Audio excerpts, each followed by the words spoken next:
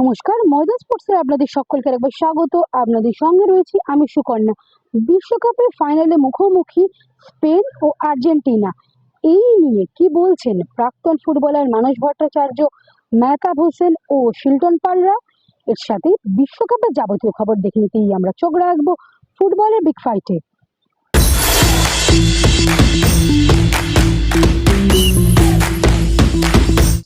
রবিবার বিশ্বকাপ ফুটবলের ফাইনালে মুখোমুখি আর্জেন্টিনা ও স্পেন। মেসির হাতে উঠবে কি এবারের বিশ্বকাপ? আটলান্টা স্টেডিয়ামে অবশ্য আর্জেন্টাইন সমর্থকরা বেশ আশাবাদী। ম্যাচের শেষে পুরো স্টেডিয়াম যেন দখল করে নিয়েছিল আর্জেন্টাইন সমর্থকরা। সেই সব ছবি তুলে আমাদের পাঠিয়েছেন অনুপম সাউ। আর কি বলছেন এই ফাইনাল নিয়ে মানস ভট্টাচার্য, মেহতাব হোসেন এবং শিল্টন পালরা? কতটা আশাবাদী আর্জেন্টিনা স্পেন ম্যাচে? কে জিতবে? কাদেরকে ধরে রাখছেন হট ফেভারিট? বা কে জিততে পারে এবারের গোল্ডেন গ্লাভস? এইসব নিয়েই আমরা কথা বলেছিলাম তিন প্রাক্তন ফুটবলারের সঙ্গে।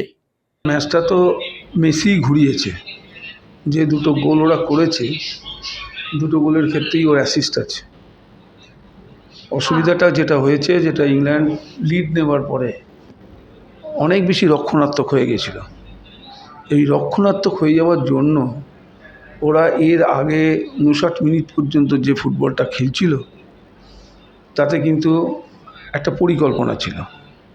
আমি জানি না কি অদৃশ্য কারণে ওরা সবাই ডিফেন্সিভ মোডে চলে গেল, এবং যখনই চলে গেল তখনই তোমার মেসি অনেকটা জায়গা পেয়ে গেল, এবং মেসি ডান দিকটা খুব ভালো অপারেট করেছে। ফাঁকা ছেড়ে দিয়ে, মেসিকে ফাঁকা ছেড়ে দিলে ও তো গণ্ডগোল পাকিয়ে দেবেই, তাই করেছে। আর্জেন্টিনার লাস্ট 30 মিনিট যে ফুটবলটা খেলেছে, এবং স্টপেজ টাইম ধরেন আরও 7 মিনিট বা 9 মিনিট যেটা ছিল, ওরা অসাধারণ ফুটবল খেলেছে। ওই সময়টা তো ওরা বুঝিয়ে দিয়েছে what is the difference between Latin American football এবং ইউরোপিয়ান ফুটবল। ইউরোপিয়ান ফুটবলের যেরকম একটা আটোসাটো ব্যাপার থাকে, ডিফেন্সিভ ব্যাপার থাকে, পাওয়ার থাকে, স্পিড থাকে, ল্যাটিন আমেরিকার ফুটবলে স্পিড আছে, পাওয়ারও আছে, তার সাথে কিন্তু স্কিলটা বড় ব্যাপার। কালকে পিকফোর্ড যেভাবে দুটো গোল বাঁচিয়েছে, দুটো পোস্টে লেগেছে, ওই 30 মিনিটের মধ্যেই ব্যবধানটা অনেকটাই বেড়ে যেতে পারত। আর্জেন্টিনা খুঁড়িয়ে খুঁড়িয়ে এসছে বলবো আমি, 5টার ওপর গোল খেয়ে নিয়েছে ওদের ডিফেন্স। ওদের ডিফেন্সে কিছু গলদ আছে। এটাই তো বড় টিম, কে তাদের ক্যারেক্টার, তাদের চরিত্র, আফটার কনসিড গোল কীভাবে তারা কামব্যাক করতে পারে, সেটা কিন্তু তারা এভরিডে বা এভরি ম্যাচে বুঝিয়ে দিচ্ছে কি তারা কোন জায়গায় আছে মেন্টালিটি দিক দিয়ে। আর মেসিকে খেলতে দেখা যাচ্ছে না, মেসিকে কি নেক্সট ম্যাচ? দেখো, মেসিকে খেলতে দেখা যাচ্ছে না, মেসি খেলছে, সেটা সবাই দেখছে না। মেসি অন্যজনের জন্য জায়গা করে দিচ্ছে, ক্রিয়েট করছে, প্লাস দুটো অ্যাসিস্ট বলো কার কার আছে? মেসির। তো মেসি খেলা তৈরি করে, মেসি খেলা বানায়, ওই ঠিক করে কোন সময় রেজাল্ট হবে। তার জন্যই আমরা ওকে এলিয়ান বলা হয়, তার জন্যই গোট বলা হয়, ঠিক আছে? That's why Messi. আর ফাইনালে কাকে এগিয়ে রাখছো? এগিয়ে পিছিয়ে না, খুব টাইট ম্যাচ, মেন্টাল গেম হবে এখানে। যার মেন্টালি স্ট্রং থাকবে সেই ম্যাচটা উইন করতে পারবে। আর এবারে গোল্ডেন বুটের দাবিদার কাকে দেখছো? অফকোর্স মেসি ফাইনালে চলে গেছে, দেন মেসি নো ডাউট চয়েস। যদি ম্যাচটা বলা হয়, আমার মনে হয় one of the best match world কাপের। কেননা যেভাবে প্রথমে ইংল্যান্ড যেভাবে স্টার্ট করেছিল, আমি এক্সপেক্ট করিনি ইংল্যান্ড পরে এতটা ডিফেন্সিভ হয়ে যাবে। জানি না সেকেন্ড হাফে ইংল্যান্ডে কী হয়েছিল। সেখানে দাঁড়িয়ে আমরা সবাই জানি যে আফটার 80 মিনিটস পরে যেভাবে আর্জেন্টিনা খেলছে, এবং লাস্ট ম্যাচ মানে যেভাবে মেসিকে আমি দেখেছি, মানে আমরা সবাই দেখেছি যে বক্সে না থেকে কীভাবে নিচে নামছে, কীভাবে ড্রব্যাক করছে, কীভাবে সাইড লাইনে যাচ্ছে, নিজে ও ব্লক হয়ে যাচ্ছে বলে ও কীভাবে নিজেকে ফ্রি করছে, ফ্রি করে কীভাবে অ্যাসিস্ট করছে। তো আমি বলবো যে এই টিমটা শুধুমাত্র আমরা ভাবতাম যে মেসি ওরিয়েন্টেড, তা নয়। আর্জেন্টিনার মানে মেসি যদি আউটসাইড বক্সে চলে আসে, তাহলে আরও অনেক প্লেয়ার আছে যারা গোল করে এই আর্জেন্টিনাকে ফাইনাল এবং চ্যাম্পিয়ন হওয়ার যোগ্যতা রাখে সেরকম।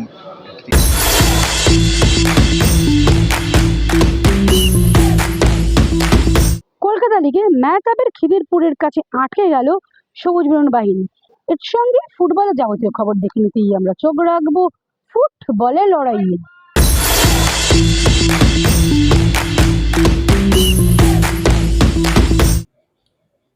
রথের দড়িতে টান পড়ল, কিন্তু মোহনবাগানের রথের দড়ি আটকে গেল। হ্যাঁ, খিদিরপুরের কাছে আটকে গেল মোহনবাগান।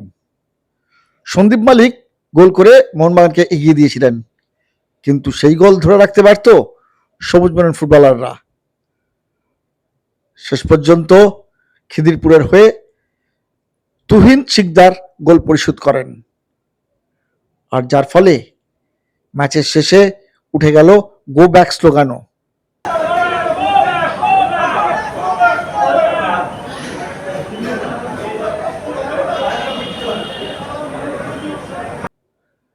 আর কেন এই ড্র, কি বলছেন বাস্তব রায়, মোহনবাগানের আপাতত দায়িত্বে থাকা এই সহকারী কোচ? প্রচুর গোল মিস হয়েছে, গোল যেগুলো মিস হয়েছে সেগুলো তুমি বলো। সুয়েল মিস করেছে, ইয়ান মিস করেছে, বিমান মিস করেছে, একটা বল পোস্টে লেগে বাইরে গেল। মিস তো হয়েছে, মিস চান্সেস এত হলে তুমি জিততে পারবে। ম্যাচ হয়ে গেছে বলে তা বলে পরের ম্যাচ থেকে আজ থেকেই মাথা বুঝে বসতে হবে। ঠিক আছে, পরের ম্যাচ থেকে টিম ঘুরে দাঁড়াবে, সেই ক্ষমতা আমার কমে যাচ্ছে। কলকাতার মাঠে এটা হবে, জেলার মাঠে হয়তো কেউ দেখতে যায় না।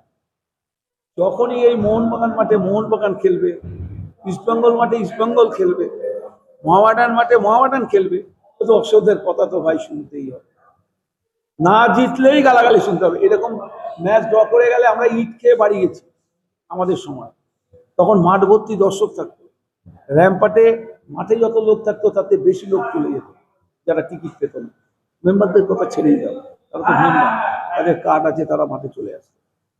বাস্তবকে এটা শুনতে হবে, কোচেদের এইভাবেই সব শুনে বড় হতে হবে। এত বাজে ফুটবল মোহনবাগানের খেলতে আমি আগে দেখিনি।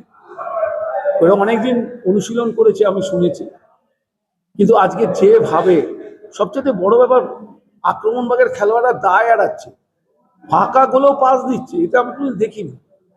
মোহনবাগান দু একটা গোল আরো করতে পারত, কিন্তু আমি দেখেছি আত্মবিশ্বাসের অভাব খেলোয়াড়দের মধ্যে, কেউ যেন কাউকে চেনে না। এটা দেখে আমি খুব হতাশ হয়েছি। দলটা তো অনুশীলনের অনেক সময় পেয়েছে, তাহলে মোহনবাগান দল এত খারাপ খেলবে কেন? তবে খিদিরপুরের আমি প্রশংসা করব, ওরা কিন্তু ভালো লড়াই করেছে, ওরা ভালো ফাইট দিয়ে ছুড়ে দিয়েছে মোহনবাগানকে। সায়নদের আটকানোর পরিকল্পনা করেছিলেন মেহতাব। কোচ হিসেবে তার বড় দলের বিরুদ্ধে এই মরশুমে এটাই প্রথম বড় সাফল্য। মোহনবাগানকে আটকে দিয়ে কি বলছেন মেহতাব? হচ্ছে একটা এক্সট্রাঅর্ডিনারি প্লেয়ার, যে কোনো ম্যাচের রং ঘুরিয়ে দিতে পারে। আমরা অফকোর্স এই প্ল্যানিং করেছিলাম, ডাবল আপ না করলে সায়ানকে ওই স্পার্ক, যেভাবে বল উইথ দ্য বল যায়, with the ball is very good, যেভাবে উইথ দ্য বল যায়, আমার মনে হয় ডাবল আপ না করলে, একজনকে বিট করলে আর একজন আসবে। সেটা যদি না করতাম হয়তো সায়ান, আজকে সায়ান হয়তো সে তার নিজে বেস্ট দিতে পারেনি, কিন্তু তা বিকজ অফ প্ল্যানিং। আমরা যখন ছোট ছিলাম তখন এই ম্যাচটার জন্য ওয়েট করতাম, কখন এই ম্যাচটা আসবে। আমরা প্ল্যানিং দিতে পারি বাচ্চাদের, কিন্তু তারা প্ল্যানিংয়ে কতটা সাকসেস হবে তাদের উপরে, আমরা কিভাবে তাদেরকে উজ্জীবিত করতে পারি এইটুকু, কিন্তু তাদেরকে নিজেকে উজ্জীবিত করতে হবে প্লেয়ারদের। আর এই ম্যাচটা প্লেয়ারদের জন্য, আর যা রেজাল্ট হয়েছে প্লেয়াররা ডিজার্ভ করে আজকের ম্যাচে। প্রথম ম্যাচে 4 গোল করে জয় পেয়েছিল মোহনবাগান, কিন্তু দ্বিতীয় ম্যাচে আটকে গেল সবুজ বরণ ব্রিগেড। লিগ তালিকায় আবার শীর্ষে ইস্টবেঙ্গল। এখন দেখার ডুরান্ডের আগে কতটা মেলে ধরতে পারে সবুজ বরণ ব্রিগেড। সুকন্যা মুখার্জি রিপোর্ট, ময়দান স্পোর্টস।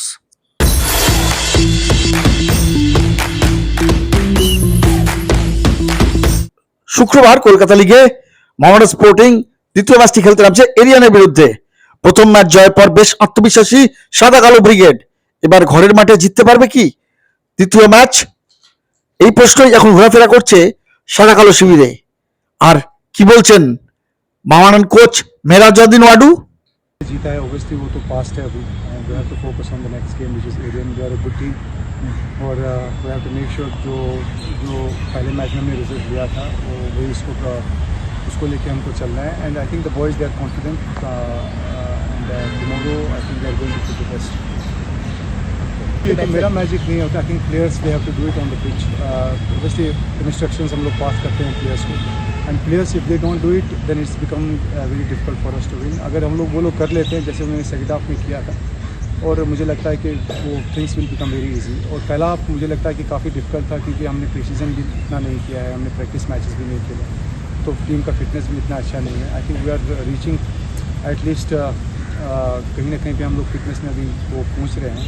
और I think with the time जैसे हम लोग मैचेस खेलेंगे और एक अच्छा फिटनेस भी आ जाएगा प्लेयर्स को, और उसके ऊपर जो टीम कॉम्बिनेशन है और अच्छा मजबूत हो जाएगा। জয়ের ধারা বজায় রেখেই এখন এগিয়ে যেতে চায় মাওয়ানান। এখন দেখার শুক্রবার জুম্মাবারে দ্বিতীয় জয় তুলে নিতে পারে কিনা সাদা কালো ব্রিগেড। ব্যুরো রিপোর্ট, ময়দান স্পোর্টস।